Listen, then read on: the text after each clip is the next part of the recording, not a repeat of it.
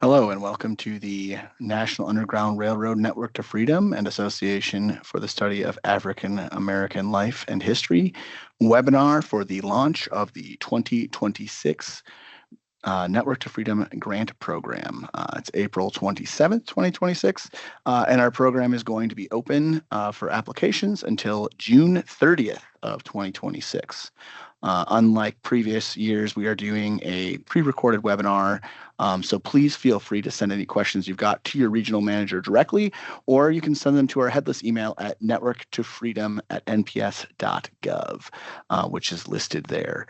What I wanted to point out for everyone, first of all, if you don't already know, this program is a partnership between ASALH, the Association for the Study of African American Life and History, and the National Underground Railroad Network to Freedom. We have created a task agreement with ASALH so that ASALH can administer grant project funds for us to our partners, which makes it significantly simpler for partners to get into our grant program than using the traditional grants.gov apparatus. And this allows us to administer the grants with ASALH, and NTF continues to be providing the technical support as well as a lot of the review. But ASALH handles a lot of the reimbursement on the back end, as well as handling our grant portal platform. So it is a partnership with them. So when you see us referring to things that are at asalhpartners.org or asking people at ASALH to work with us on the program to accomplish things for your application or your grants, that's the reason why. But just to give you some of the nuts and bolts about our program, as in years past, this is a $500,000 program annually, which is awarded to support Network to Freedom members across our country. It's over 840 members that are able to access these funds. This is a program that's been around since our enabling legislation was put into effect in 1998, and we've been in collaboration with ASALH since 2002. All of our applications are submitted through our partners at ASALH at asalhpartners.org/apply. And again, our grants are going to close at June 30th, 2026 at 11:59 p.m. Eastern Standard Time, which I believe is actually listed throughout the website if you go to that site to find out more. The kind of things that our program funds is preservation for restoration of NTF listed buildings, interpretation and education projects associated with NTF members, additional historical research for current Network to Freedom members, and new site application to become a Network to Freedom member. So pretty broad categories here to support the work that our partners do across the country. Again, I already stated this. All of the people who are eligible are our Network to Freedom members who are already listed, as well as applicants for new sites. So that's about documenting historic sites. All of our awards range from $1,000 to $100,000. So there's a pretty broad range within our program. New in 2026, this year we do not have any special areas or bonus points. In the past, we have had emphasis areas like youth programs or interpretation or preservation, and projects would wind up getting listed or would wind up getting bonus points so they could get more than 100 points. This year, that is not the case. Also new this year is we have added an artificial intelligence disclosure statement on Section 7, so that you are going to be asked on the form to explain to reviewers how you have used AI to assist in completing the application, as well as to explain to reviewers how you plan to use the AI throughout your project. And this is because we want to make sure we have a good understanding of what you're actually doing with AI, what tools you're going to use, and how they have actually how they are assisting you. We are perfectly fine with our applicants using AI. We would just like to understand how it's being utilized. Which comes on to what can be funded by our projects, which is a good amount of things. As I already said, our program has the goal of preservation, interpretation, and education about Underground Railroad, as well as research. Projects grants should support or enhance the Underground Railroad Association for which a site, program, or facility was listed. Examples of grant projects that are support these objectives are for eligibility are listed to the right here, which I will go over. There's a whole mess of them. Markers or signs that identifying the site as being in the network to freedom, interpretive markers, brochures, exhibits, websites, videos, historical research in support of interpretation or publications, oral history and documenting oral traditions, educational curricula, lesson plans and teacher workshops, cultural resource surveys, including archaeological surveys, preservation and restoration of historic buildings, structures, and landscapes, projects to enhance physical accessibility of sites and programs, including installation of ramps or lifts, National Register of Historic Places or National Historic Landmark documentation and nominations, workshops and public education programs, technical assistance in association in associated site and or landscape identification, preservation and stabilization of cultural artifacts, collections, and documents, research and writing for applications to list new sites on the Network to Freedom. What's important to note about this is that all of these things, which there's so many possibilities, there's actually more than what we list, you can only get grants to support that aspect of your listing that is associated with the National Underground Railroad. So if you have a program that's listed for an exhibit at a museum, at your museum, you can get grant funds to improve the exhibit at your museum or expand the exhibit at your museum or create a digital component of your exhibit at your museum. However, you cannot use the grant program to access funds to put a new roof on the museum because your program is not listed because of your structure. It is listed because of your interpretation. So please keep that in mind as you're thinking about these projects. What's not funded? Projects already started or currently underway. We're not going to finish up other projects. We want to have a good understanding of what is going on at the outset so that we have a role and participate in helping you start something new. We do not purchase historic sites, building structures, objects, or cultural artifacts. We do not support operational funds, administrative salaries, fringe benefits, or overhead, which is to say we support staff doing work directly on Underground Railroad Network to Freedom projects. We don't pay for sort of the overhead flat percentages or anything like that. We do not pay for equipment purchases. We do not pay for new construction in contrast with repair of existing features, with the limited exceptions of creating new construction for creating accessibility to historic resources. We do not fund preservation projects on historic resources that are not directly related to the Underground Railroad from the pre-1865 era. A little bit of confusion about that. So usually when we're funding these sorts of projects, if you have a church building that's associated, that has a congregation that's associated with Underground Railroad, and that's part of the history of that congregation, but the building itself is not built until after the period of significance in 1865, we do not fund those sorts of projects. If you've got any questions about that, please reach out to us and we will talk you through it so that we can understand your project and understand what the dimensions of its eligibility might be. We don't fund projects designed to raise funds. We do not fund projects that do not have a connection to the Underground Railroad. For example, the example I already gave about building putting a roof on a museum that happens to have an Underground Railroad exhibit in it.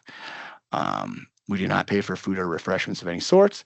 We do not pay for recurring support of annual programs, events, or workshops. We will, however, consider funding seed money for a first instance of something that's intended to be recurring. Which brings us to how to apply. All of our applications are online at the asalapartners.org/apply website. There's also a lot of information at that site, including what are the guidelines, including a lot of the rules for the grant program, the guidelines for each section of the application, which is completed on using the WordPress platform. It also includes some example projects. It gives you how to connect directly, an email link to connect to each individual Network to Freedom staff member. It also gives you a way to sort of get into a listserv with ASALH about Network to Freedom grants in the future. So if you're interested in learning more in the future and you want to be getting continuous updates, please follow those links. Check out the site, read around. One thing to know about using the WordPress platform, while it is very simple for people to use it, you do actually have to complete the application in a single sitting. So once you start paging through and filling out fields, you have to get all the way to the end to apply.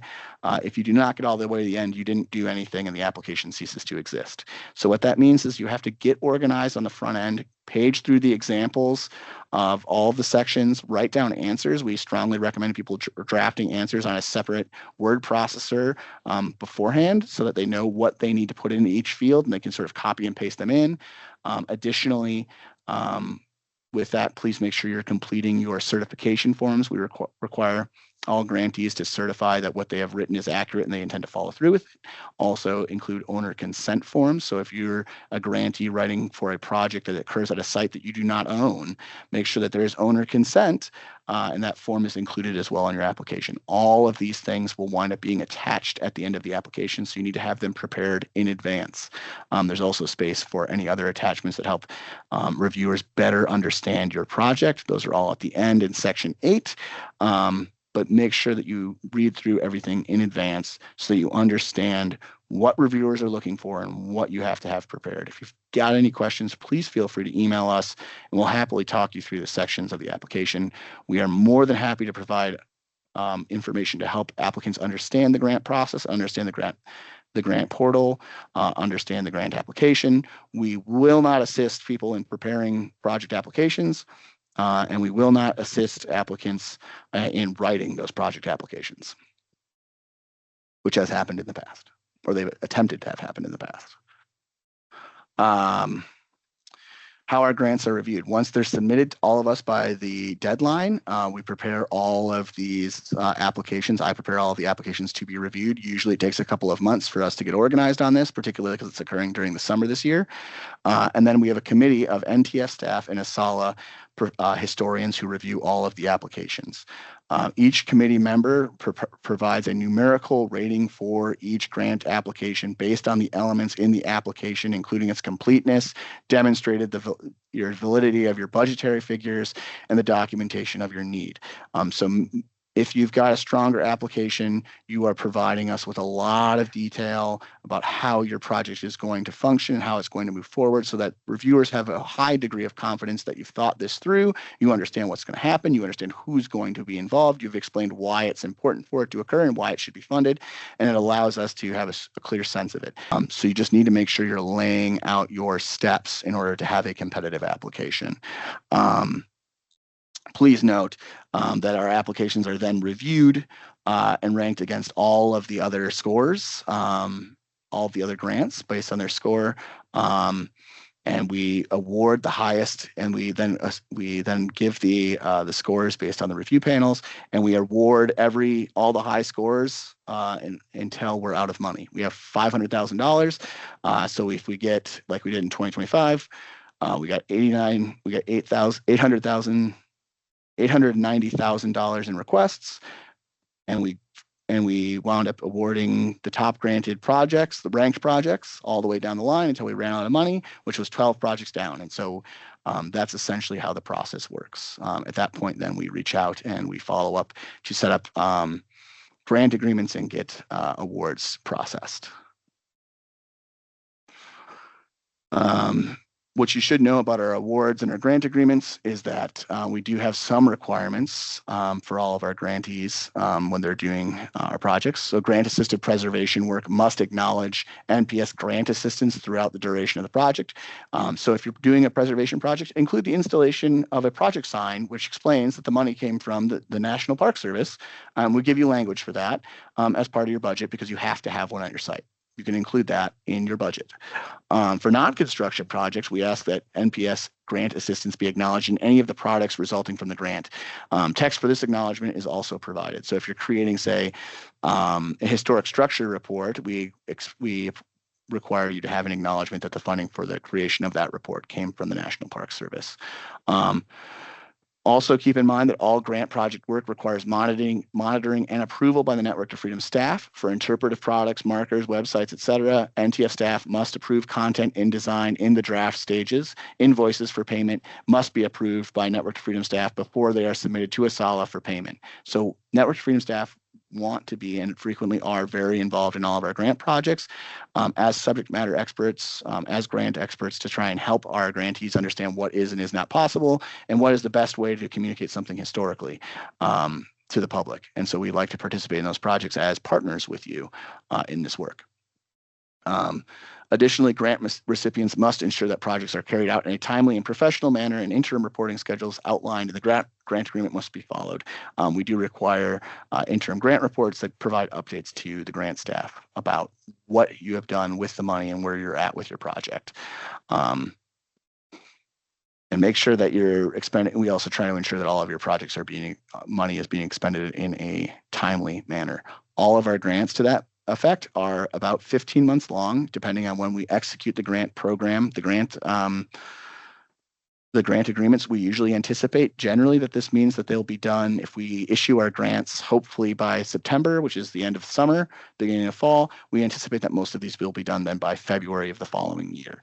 It gives you some extra time. It's a little bit more than 15 months, depending on how long it takes us to get grant agreements signed. Sometimes we get them done really fast. And it's like, oh, you found out you got an award and you're signed by mid-September, so you want some extra time. Sometimes it takes a really long time for us to get them processed. And still, we try to create a margin of error in there so that there's enough time for projects to be completed. In summary, though, as we're thinking about our grant program, please know that our grant program is open from the 27th of April to June 30th, 2026, closing at 11:59 p.m. Eastern Time. That all of our grants range from $1,000 to $100,000. Applications must be advanced in a single sitting, so prepare your responses and your required forms in advance before beginning the digital application form. Also new this year, there are no special emphasis areas or bonus points, so it's just every project getting scored out of 100, and those with the best scores are the ones that are going to wind up getting funded. And we're also requiring an artificial intelligence disclosure statement, both as part of the application, how did you use it for the application, then also explaining to grant reviewers how you're going to use it for your finished products and how you're going to use it to communicate about history to the general public. So those are the big things. We look forward to having a fantastic grant year again with many excited participants who are applying. And we look forward to assisting you as well and helping to make sure that we help you to continue to carry the message of the Network to Freedom in commemorating, honoring, preserving, and interpreting the history of the Underground Railroad in the United States. All right, thank you so much for all of your interest in our program. Please let us know if you've got any questions. Again, networktofreedom@nps.gov. Also, you can get a hold of us using the link in the ASALH Partners webpage, asalapartners.org. You're probably already there if you're looking at it. So please feel free to contact us with questions, and we're very excited to help you and participate with you in achieving your goals for your Network to Freedom stories.